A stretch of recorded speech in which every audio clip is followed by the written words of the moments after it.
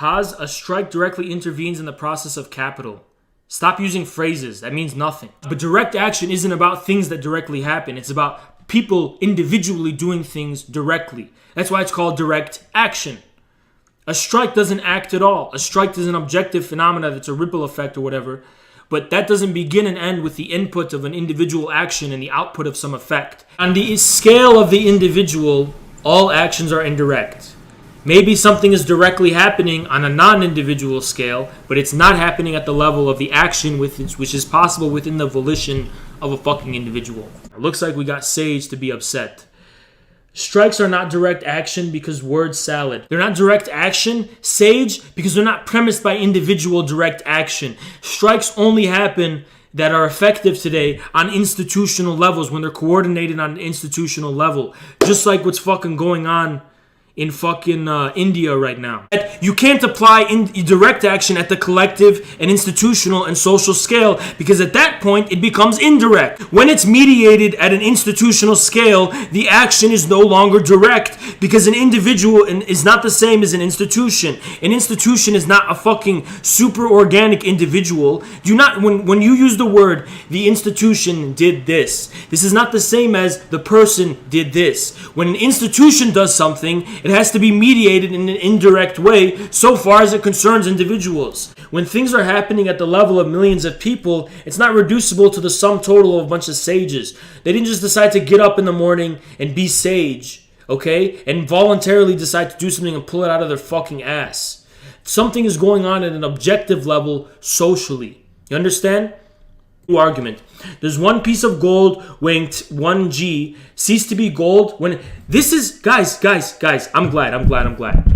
This is literally what I say. So when I'm calling him an Anglo, metaphysical Anglo, do you know why I'm calling him a metaphysical Anglo now? Because he's reducing the social phenomena of a strike, right, to be the aggregate of 1 Gs. He thinks the only meaning of social objectivity is the aggregate of individual substances who are engaged in direct action. That was literally my argument, and he literally just confirmed he's an Anglo fucking retard who thinks the whole social objectivity is reducible to the sum total of individual substantial action. There's no such thing as direct action. Let me tell you guys something about dialectics. According to dialectics, the relationship between individuals and material polity, right? I like calling it the polity, the social whole, whatever you want, the mode of production, the state. You have to recognize there is a discontinuity that makes it impossible to act directly. Every action is always indirect. Every action is always indirect. If you're a Western individualist retard, you do think that there's such a thing as direct action. If you're a materialist and you're a dialectician, you understand that between me, a subjective individual, and the material social whole, or the polity in which I live, there is a fundamental discontinuity that makes direct action impossible. And Westerners' inability to realize this is why they're such clowns. They run around outside naked with furry suits and they start screaming and, screeching and shit, doing dumb shit, embarrassing themselves, and they call that praxis and they call that direct action. There's no such thing as direct action. Please recite that every night as a mantra before you go to sleep. There is no such thing as direct action. There is no such thing as direct action. If I'm a preacher, Southern preacher, there is no such thing as direct action. Y'all get around, sit on the congregation. We're going to have a congregation here. Lord, there is no such thing as direct action. Amen. There's no such thing. Trust me, there's no such thing. Okay, everyone likes to use the Black Panther Party, but here's what people take for granted about the Black Panther Party is that they were entrenched in the community they came from. Okay, there's the national aspect people overlook. It's the Black Panther Party, not the White Panther Party clowns. Please stop using them as an example, okay? It wasn't direct action. Because the reason it wasn't direct action, guys, is because the Black Panthers were actually coming from the community they were from, the black community. So it wasn't direct, how you're trying to say. It wasn't direct. And also the the free breakfast program, it's not the end in itself. It's not just they do an action because they just want to feed people, because you can't feed an entire nation of people. It's something they do to try to make a social connection with their community, which they have concrete roots, not someone who just goes in, all right, I'm going to help you guys. I know more than you. I'm better than you. I sympathize you. I pity you. So therefore, I'm going to feed you. And what is that, guys? That's indirect. If it's direct action, just like Ezra said, then the goal is just to feed people. If it's indirect action, there's something else going on. That you're thinking in terms of direct action, American individualism. Your mind is actually very American how you're thinking, because you think between the input and the output of, oh, I want to make the workers' lives better, and the output, it's a direct individual act. That's your problem, Neon. Neon, the issue is that the fact that our societies do not serve the working class and are constructed around benefiting their lives and improving their livelihoods like China does. China is built around that, by the way, but how our societies aren't.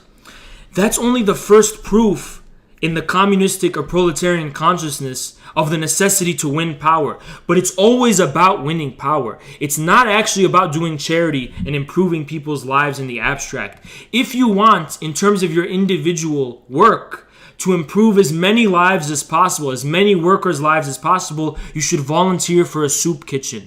If you're a communist, then improving the class struggle is not actually about making people's lives better.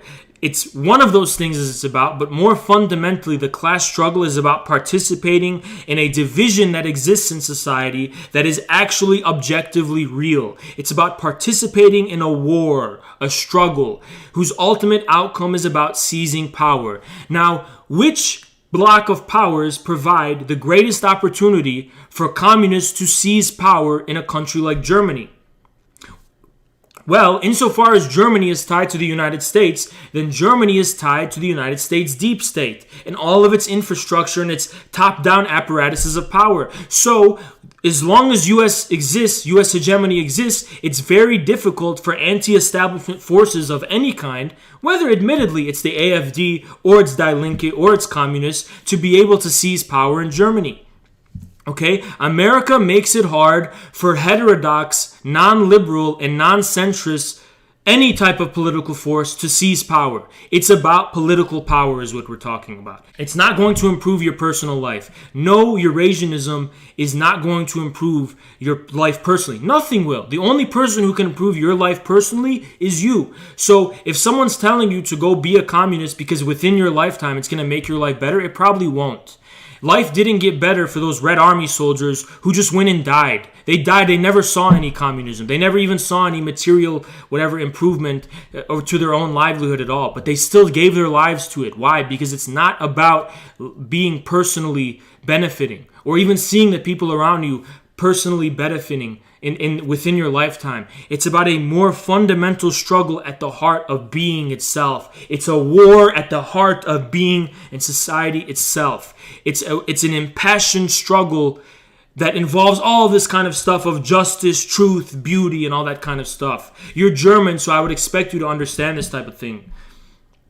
You know, it's an existential type of war. It's a spiritual war too. It's a spiritual war in a sense. There's no dichotomy between spiritual and material.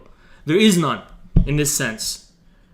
Maxim Gorky talked about the necessity of cultivating the spirit. The Soviet writer Maxim Gorky, he talked about it all the time. I am only concerned that you are preaching an anti-union message, but nowhere have I preached an anti-union message.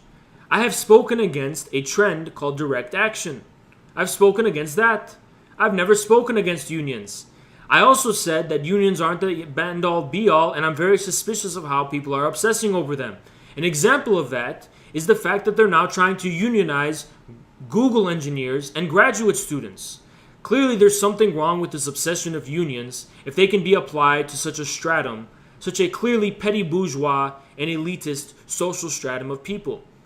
That's another thing to think about critically.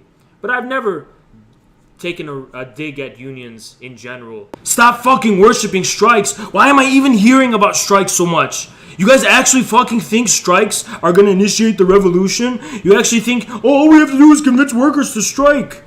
You need to do it at a scale that's national, or else Guess what else is at a scale that's international and global? Companies themselves. Companies will lay off the workers or they'll ship the jobs overseas. It's the easiest fucking thing to do. It's not like how it was in the fucking 20th century when the factory is directly tied to the community. There's very few instances of that anymore. I already told you strikes aren't direct action. As an individual, I'm going to try and replicate action that is at a social scale directly within my individual volition. So no, strikes are not fucking direct action, because strikes and social phenomena do not begin with the individual substance. They're not the sum total of individuals deciding they want to do something. Something more fundamental at a social level and at a higher scale, such as institutions, is the reason. And if that's not the definition of indirect, I don't know what the fuck is. That's what people mean by direct action. They mean, let's just go directly do it, guys. But before you have the idea to directly do something, which is what's direct about it, you have to mediate it in some kind of way that is indirect. You can't just begin from A to B and just fucking do it directly. It's not how it works in the fucking real world. That's why it's not direct action. You organize people for direct action. How do you organize people? Through communication. How do you get to that fucking level of communication, that level of abstraction that's necessary to address thousands of people? You're just an Anglo fucking idiot who doesn't understand the information age. You're an Anglo who thinks the only real things are individual substances. That's why you sell fucking newspapers on the side of the street individually on this direct corporeal level, and don't fucking understand if you just get on the fucking internet effectively, you can reach millions of fucking people. And you call that idealism. Well, I guess idealism is what is actually real now, and what you're talking about is selling fucking newspapers on the road individually. You think everything outside of individualism is idealism, because you think individuals are only materially real, because you're an Anglo metaphysical substantialist. Anglos only think individuals are real. To them, society is an incorporeal abstraction. That's why Hegel said England never had a state. England didn't have a state, according to Hegel, because the English thought everyone was just an atom. Everyone was an individual substance, because empirically speaking, you can only pin down individuals empirically. You can't pin down society or the social reality empirically. You can't measure it. It's incorporeal in that sense. At that time, 100 years ago, obviously Lenin organized workers in the way that you had to organize workers. Marx, yeah, because newspapers were the primary means of communication. The problem is that we have these Anglos who are repeating what they did back then in the technology limits they had back then today, and the whole world is refusing them, and they're taking it as a point of pride. Oh, I'm so much better than everyone else. I'm so much better than everyone else, that everyone's rejecting me and everything is a failure, but it's just proof of my virtue. It's just proof of how virtuous I am. You fucking celebrate and venerate failure because you're a Western Christian pathological idiot. I'm sorry, I don't want to dish Christianity, but guys, this is a problem. This worship of suffering and pain and failure. Come on. There's nothing direct about an effective strike. There's nothing direct about it. But let me trigger you even more. Right?